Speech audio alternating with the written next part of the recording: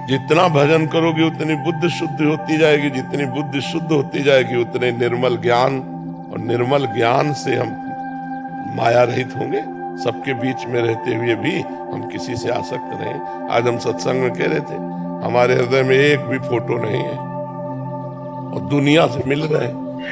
नहीं अच्छा हमारी बात समझो, आप जैसे आप हमें देखते हैं संत रूप में, हम आपको देखते हैं भगवान रूप में, तो ये रूप हमारे सामने नहीं आएंगे। एक भी रूप हमारे भगवान का ही रूप रहेगा, क्योंकि जब हमने तुम्हें देखा तो हमने माना मेरे भगवान इस रूप में आए, समझे ना। इसीलिए कोई और रूप नहीं, मेरे आराध्य देव भगवान राधा वल्लभ लाल इन सब रूपों में आए हुए, तो उन्हीं को देख के प्रणाम करते हैं। इसीलिए एक फोटो नहीं। अपेक्षा रखेंगे जब आप व्यक्ति होगे, और निरपेक्ष रहेंगे जब हम अपने भगवान को देख रहे हैं। मांगने की चाह होगी जब व्यक्ति सामने होगा, और निष्कामता आएगी जब भगवान सामने होंगे। तो हम गृहस्थी में, परिवार में किसी से अनुकूलता ना चाहें, अनुकूलता दें, सबको सुख दूं, लेकिन किसी से सुख ना चाहूं तो निरपेक्षता आ जाएगी। और जब हम सबसे सुख चाहते हैं तो अपेक्षा आ जाएगी।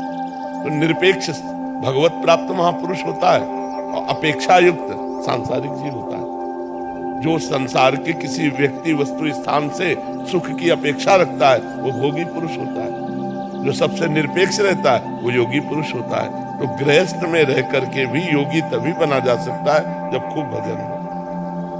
भजन के बिना बुद्धि शुद्ध नहीं, बुद्धि शुद्ध के बिना ज्ञान नहीं, ज्ञान के बिना निरपेक्ष नहीं।